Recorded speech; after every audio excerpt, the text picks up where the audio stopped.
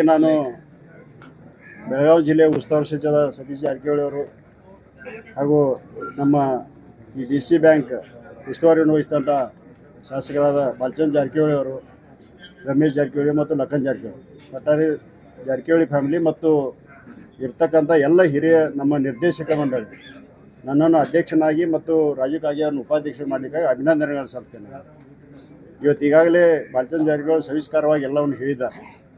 ಇವತ್ತು ನಾವು ಮುಂದಿನ ಧ್ಯೇಯ ಉದ್ದೇಶ ಅಂದ್ರೆ ಏನಿಲ್ಲ ರಾಜಕೀಯ ಮಾಡಬೇಕು ಅಥವಾ ಏನಾರು ಚೈನಿ ಮಾಡಬೇಕಂತಲ್ಲ, ರೈತರಿಗಿರ್ಬೋದು, ಗ್ರಾಹಕರಿಗಿರ್ಬೋದು ಅಥವಾ ಇನ್ನುಳಿದ ಎಲ್ಲರಿಗೂ ಕೂಡ ಕಾರ್ಮಿಕರಿಗಿರೋ ನ್ಯಾಯ ಒದಗಿಸುವಂಥ ಕೆಲಸ ಕಾರ್ಯಗಳನ್ನು ಈಗಾಗಲೇ ನಾವು ಮಾಡ್ತಾಯಿದ್ದೀವಿ. ಅದೇ ಪ್ರಕಾರ ಈ ಬ್ಯಾಂಕನ್ನು ಬೆಳಗಾವಿ ಜಿಲ್ಲೆ ಅಂದರೆ ಬಹುತೇಕ ನಮ್ಮ ಕರ್ನಾಟಕ ರಾಜ್ಯದಲ್ಲಿ ಅನ್ಡಿವೈಡೆಡ್ ಒಂದು ದೊಡ್ಡ ಜಿಲ್ಲೆ. ನಾವು ನಂಬರ್ 1 ಯಾವಾಗೂ ಆಗಬೇಕು, ಆದರೆ ನಾವು ಇನ್ನೂ ಕೂಡ ಆಗಿಲ್ಲ. ಆದರೆ ನಮ್ಮ ಎಲ್ಲ ನಿರ್ದೇಶಕರ ಉದ್ದೇಶ ಅಂದ್ರೆ ಇದು ನಂಬರ್ 1 ಆಗಬೇಕು ಅಂತ. ಆ ಪ್ರಕಾರದಲ್ಲಿ ನಾವು ಈಗಾಗಲೇ ಬಾಲಚಂದ್ರ ಜಾರಕಿಹೊಳಿ ಹೇಳಿದ ಪ್ರಕಾರ 5 ವರ್ಷದಲ್ಲಿ ನಾವು ನಂಬರ್ 1ದಲ್ಲಿ ಬರ್ತೀವಿ ಅಂತ ನಮ್ಗೆ ಆತ್ಮವಿಶ್ವಾಸ. ಯಾಕಂದರೆ ಫೈನಾನ್ಸ್ದಲ್ಲಿ ನಾನು ಸಾಕಷ್ಟು ಸಂಸ್ಥೆಗಳನ್ನು ನಡೆಸೋದು ಅನುಭವ ಇರೋದರಿಂದ ಆ ಒಂದು ಅವಕಾಶವನ್ನು ನನಗೆ ಇವತ್ತೆಲ್ಲ ಹಿರಿಯ ನಿರ್ದೇಶಕ ಮತ್ತು ಜಾರಕಿಹೊಳಿ ಕುಟುಂಬದವರು ಕೊಡೋದರಿಂದ ಈ ಬೆಳಗಾವಿ ಜಿಲ್ಲೆಯಲ್ಲಿ ಒಂದು ಆದರ್ಶ ಬ್ಯಾಂಕನ್ನಾಗಿ ಮಾಡುವ ಉದ್ದೇಶ ಇವತ್ತು ಗ್ರಾಹಕರು ಇರ್ಬೋದು, ಡಿಪಾಸಿಟರ್ ಇರ್ಬೋದು ಅಥವಾ ಇನ್ನುಳಿದ ಟ್ಯಾಕ್ಸ್ ಸೊಸೈಟೀಸ್ ಇರ್ಬೋದು, ಇವೆಲ್ಲವನ್ನು ಗಟ್ಟಿಯಾಗಿ ಬೆಳೆಸುವಂಥದ್ದು ಮತ್ತು ಗ್ರಾಹಕರು ಒಂದು ನ್ಯಾಯವನ್ನು ಕೊಡುವಂಥ ಕೆಲಸ ಕಾರ್ಯಗಳನ್ನು ಮಾಡ್ತಾರೆ. ಮತ್ತು ಏನು OFO ಡಿಪಾಸಿಟ್ ಕಮ್ಮಿ ಅದಾಗ್ತದೆ ಅಂತ ಅದಕ್ಕೆ ನಾವೇನು ಒತ್ತಾಯಿಲ್ಲ. ಈಗಾಗಲೇ ಬಾಲಚಂದ್ರ ಜಾರಕಿಹೊಳಿ ಭಾಳ ಸವಿಸ್ಕಾರವಾಗಿ ಹೇಳಿದ್ದಾರೆ. ಅದ್ರ ಮುಂದಿನ ದಿನಮಾನದಲ್ಲಿ ಡಿಪಾಸಿಟ್ದವ್ರು ಕೂಡ ಒಂದು ಸಭೆಯನ್ನು ಮಾಡಿ, PKPSದವ್ರು ಒಂದು ಸಭೆಯನ್ನು ಮಾಡಿ, ಅಥವಾ ಕ್ರೆಡಿಟ್ ಕೋಆಪರೇಟಿವ್ ಸೊಸೈಟಿ ಸಭೆಯನ್ನು ಮಾಡಿ, ಕಾರ್ಮಿಕರ ಸಭೆಯನ್ನು ಮಾಡಿ ಹಂತವಾಗಿ ಎಲ್ಲವನ್ನು ಕೂಡ ನಾವು ನಿರಂತರವಾಗಿ ಅವ್ರ ಜೊತೆಗಿದ್ದು ಅವರ ಸಮಸ್ಯೆಗಳನ್ನು ಬಗೆಹರಿಸುವಲ್ಲಿ ಯಶಸ್ವಿ ಆಗ್ತೀವಿ. ಮತ್ತು ಮುಂದಿನ ದಿನಮಾನದಲ್ಲಿ ಬೇಗನೆ ಈ ಸಂಸ್ಥೆಯನ್ನು ಮೇಲಕ್ಕೆ ಏರ್ತೀವಿ ಅಂತ ನಾನು ಹೇಳಬಯಸ್ತೇನೆ. ಇದೇ ವರ್ಷ ಮಾಡ್ತೀವಿ. ಈಗಾಗಲೇ ಮಾಡಬೇಕಾಗಿತ್ತು, ಕರೆ ಚುನಾವಣೆ ಅದು ಬರೋದ್ರಿಂದ ಇವತ್ತು ಬಹಳಷ್ಟು ಮುಂದೆ ಹೋಯ್ತು. ಅಂತೇಳಿ ಬಹಳಷ್ಟು ಪ್ರಯತ್ನ ನಡೀತು. ಸ್ವಾಮೀಜಿಗಳು, ದೊಡ್ಡ ರಾಜಕಾರಣಿಗಳು, ಅದು ನಡೆದಿದ್ದು ನಿಜಾನ? ಒಂದು ಊಹಾಪೋಹ ಇದೆ. ಅಲ್ಲ, ಊಹಾಪೋಹ ನೋಡ್ರಿ, ಏನಾರೇ ಸ್ವಲ್ಪ ಏನಂತಾರೆ ಉರಿ ಇಲ್ಲದೆ ಹೊಗೆ ಅಂತೂ ಬರುವುದಿಲ್ಲ. ಬಂದಿರ್ಬೋದು ಆದರೆ ನಾವು ಗಟ್ಟಿಯಾಗಿ ಎಲ್ಲರೂ ಸೇರಿ ನಿಂತ್ಕೊಂಡಿದ್ದೆವು. ಇವತ್ತು ಜಾರಕಿಹೊಳಿ ಕುಟುಂಬ ಇರ್ಬೋದು, ಮಾಂತೇಶ್ ದೊಡ್ಡವರಿಗೂ, ಅರವಿಂದ್ ಪಾಟೀಲ್ ಇರ್ಬೋದು ಅಥವಾ ಕುಲಗುಡೆ ಇರ್ಬೋದು, ಇನ್ನೊಂದು ತನಕ ಎಲ್ಲ ನಿರ್ದೇಶಕರು ಕೂಡ ನಾವು ಚುನಾವಣೆಯಲ್ಲಿ ಏನು ಬಾಲಚಂದ್ರ ಜಾರಕಿಹೊಳಿ ಒಂದು 6 ತಿಂಗಳಾಯ್ತು ಅವರು ಒಂದು ಇದರ ಕಷ್ಟಪಟ್ಟಿದ್ರು, ಅದಕ್ಕೆ ಎಲ್ಲರೂ ಕೂಡ ಭದ್ರಿದ್ದೇವೆ. ನಾವು ಆ ಪ್ರಕಾರವಾಗಿ ಕೊನೆಯವರೆಗೆ ನಾವು ಎಲ್ಲರೂ ಭದ್ರಾಗಿರ್ತೀವಿ. ಸರ್, ಈಗ DCC ಬ್ಯಾಂಕ್ ಅಂದ್ರೆ ರೈತರ ಬ್ಯಾಂಕು, ಸೊಸೈಟಿ ಬ್ಯಾಂಕ್ ಅನ್ನುವಂಥದ್ದು ಒಂದು ಇದಿದೆ, ಒಂದು ಲಿಮಿಟೆಡ್ ಇದೆ. ಅದನ್ನ ಜನರಲ್ ಸೆಕ್ಟರ್ಗೆ ಅಂದ್ರೆ ಜನರಲ್ ಲೋನ್ ಕೊಡುವಂತಹದ್ದಾಗ್ಲಿ ಅಥವಾ ಬೇರೆದವರಿಗೆ ಲೋನ್ ಕೊಡುವಂತಹದ್ದಾಗ್ಲಿ ಬೇರೆ ಸೆಕ್ಟರ್ಗೆ ತರುವಂತ ಪ್ರಯತ್ನ ಇಲ್ಲ.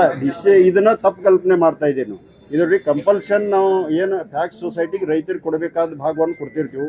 ನಾವು ಹೊರಗಿಂದ ಏನು ಡಿಪಾಸಿಟ್ ಮಾಡ್ತೀವಿ ಅದು ಕಮರ್ಷಿಯಲ್ ಲೋನ್ ಕೊಡಬೇಕಾಗ್ತದೆ. ಅದ್ರ ಶಿವಾಯ ಲಾಭದಾಗ ಬರೋದಿಲ್ಲ. ಅದನ್ನು ಎಷ್ಟು ನಾವು ಅದಕ್ಕೊಂದು ಲಿಮಿಟ್ ಅದ. ಅಗ್ರಿಕಲ್ಚರ್ ಲೋನ್ ಪರ್ ಎಕರ್ ಎಷ್ಟು ಕೊಡಬೇಕು ಅಥವಾ ಎಷ್ಟು ಸ್ಕೇಲ್ನಾಗ ಕೊಡಬೇಕು, ಎಷ್ಟು ಎಕರ್ದು ಕೊಡಬೇಕು, ಅಥವಾ ನಮ್ಮ ಇರ್ತಕ್ಕಂಥ ಸೆಂಟ್ರಲ್ ಗೌರ್ಮೆಂಟ್, ಸ್ಟೇಟ್ ಗೌರ್ಮೆಂಟ್ ಬಂದದ್ದು ಶೂನ್ಯ ದರದಲ್ಲಿ ಬಡ್ಡಿ ಎಷ್ಟು ಕೊಡಬೇಕು ಅನ್ನೋದು. ಅದನ್ನು ಬಿಟ್ಟು ನಾವು ಬೇರೆ ವ್ಯವಹಾರ ಮಾಡ್ರನ್ನ ನಮ್ಮ ಬ್ಯಾಂಕ್ ದೊಡ್ಡದಾಗ್ತದೆ ಅಥವಾ ಬೆಳೀತದೆ, ಅದ್ರದ್ದು ಇದು ಸಿಗ್ತದೆ. ಯಾಕಂದ್ರೆ ಸರ್ಕಾರದಿಂದ ಒಮ್ಮೆ ಬರ್ಲಿಕ್ಕಂದ್ರೆ ನಮಗೆ ಬಡ್ಡಿ ಸಬ್ಸಿಡಿ ಬರಲಿಲ್ಲ ಅಂದ್ರೆ ಲಾಸ್ನಾಗ ಹೋಗಿಬಿಡ್ತದೆ. ಅವಾಗ ನಾವು ಕಾಂಪೆನ್ಸೇಟ್ ಮಾಡಬೇಕಾದ್ರೆ ಕಮರ್ಷಿಯಲ್ ಬ್ಯಾಂಕ್ ಥರ ಕಾಂಪೀಟ್ ಮಾಡಬೇಕಾದ್ರೆ ಇವತ್ತು ನ್ಯಾಷನಲೈಸ್ ಇರ್ಬೋದು, ಮಲ್ಟಿನ್ಯಾಷನಲ್ ಇರ್ಬೋದು, ಇನ್ನುಳಿದ ಕೋಆಪರೇಟಿವ್ ಬ್ಯಾಂಕ್ಗಳಿದಾವೆ. ಅವ್ರ ಜೊತೆ ಕಾಂಪೀಟ್ ಮಾಡಬೇಕಾದ್ರೆ ನಾವು ಕಮರ್ಷಿಯಲ್ ವ್ಯವಹಾರವನ್ನು ಮಾಡಲೇಬೇಕಾಗ್ತದೆ. ಈಗ ಭಾಳಷ್ಟು ಕಮ್ಮಿ ಅದ. ಇದನ್ನು ಮುಂದಿನ ದಿನಮಾನದಲ್ಲಿ ನಾವು ಬರೀ ಬ್ರಾಂಚ್ ಮುಖಾಂತರ ಅಲ್ಲ, ಟ್ಯಾಕ್ಸ್ ಸೊಸೈಟಿ ಮುಖಾಂತರ ಕೂಡ ಮಾಡುವಂತ ಒಂದು ಉದ್ದೇಶವನ್ನು ಹೊಂದಿದೆ. ಈಗ ತಪ್ಪು ಸಂದೇಶವನ್ನ ನೀಡುವಂತ ಕೆಲಸ ನಡೀತಾ ಇದೆ. ಇಷ್ಟು ವಿಡ್ರಾಲ್ ಆಯ್ತು ಸೋಷಿಯಲ್ ಮೀಡಿಯಾದಲ್ಲಿ ಕೆಲವರು ಅಪಪ್ರಚಾರ, ಅದಕ್ಕೆ ತಡೆಗಟ್ಟೋ ನಿಟ್ಟಿನಲ್ಲಿ, ಯಾಕಂತಂದ್ರೆ ಇದು ಇದೇ ರೀತಿ ಮುಂದುವರಿತು ಅಂತಂದ್ರೆ ಅದು ವಿಕೋಪಕ್ಕೆ ಹೋಗುವಂತ ಸಾಧ್ಯತೆ ಇದೆ. ಅದನ್ನ ತಡೆಗಟ್ಟೋ ನಿಟ್ಟಿನಲ್ಲಿ ಏನಾದ್ರು ಕಾನೂನಾತ್ಮಕವಾಗಿ ಅಥವಾ ಏನ್ ಬೇರೆ ರೀತಿಯಾದಂತ ಏನಾದ್ರು ನೋಡ್ರಿ, ಎಲ್ಲ ಗ್ರಾಹಕರಿಗೂ ಎಲ್ಲ ಡಿಪಾರ್ಟ್ಮೆಂಟ್ ನಾವು ಕೈ ಮುಗಿದು ಕೇಳ್ಕೊಳ್ತೀವಿ. ಇದು ಒಳ್ಳೆಯ ದೃಷ್ಟಿಯಿಂದ ಇವತ್ತು ಬೆಳವಣಿಗೆ ನಡೀತಾ ಇದೆ. ಈ ಬ್ಯಾಂಕ್ ಇದು ಗಟ್ಟಿ ಆಗ್ಯದ.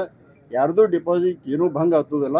ಯಾಕಂದ್ರೆ ಎಲ್ಲರೂ ಕೂಡ ವ್ಯವಹಾರ ಮಾಡಬೇಕಾದ್ರೆ ಇವತ್ತು ಚುನಾವಣೆಯಲ್ಲಿ ಇರೋದ್ರಿಂದ 6 ತಿಂಗಳು ಸಸ್ಪೆನ್ಸ್ದಲ್ಲಿದೆ. ಡೈರೆಕ್ಟರ್ ಆಗಲಿ, ಇವತ್ತು ಬೋರ್ಡ್ ಆಗಲಿ, ಯಾರೂ ಅದ್ರ ಆನ್ಸರೇಬಲ್ ಇದ್ದಿದ್ದಿಲ್ಲ. ಆದ ಕಾರಣ ಈಗ ನಾವು ಜವಾಬ್ದಾರಿಯಾದ ವ್ಯಕ್ತಿ ಎಲ್ಲರೂ ಬಂದಿದ್ದೆವು. ನಾವೆಲ್ಲರೂ ಕೂಡ ಗಟ್ಟಿಯಾಗಿ ನಿಂತು ಅದನ್ನು ತಡೆಗಟ್ತೀವಿ.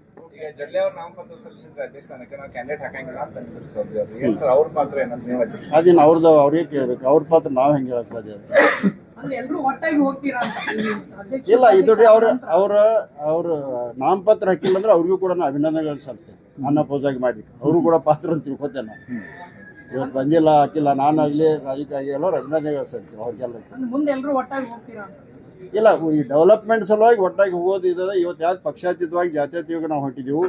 ಇವತ್ತು ರೈತರಿಗೂ ಗ್ರಾಹಕರಿಗೂ ಒಳ್ಳೆಯದಕ್ಕೋಸ್ಕರ ಯಾರೇ ಸಲಹೆ ಕೊಟ್ಟರು ಕೂಡ ನಾವು ತೊಗೊಳಕ್ಕೆ ರೆಡಿ.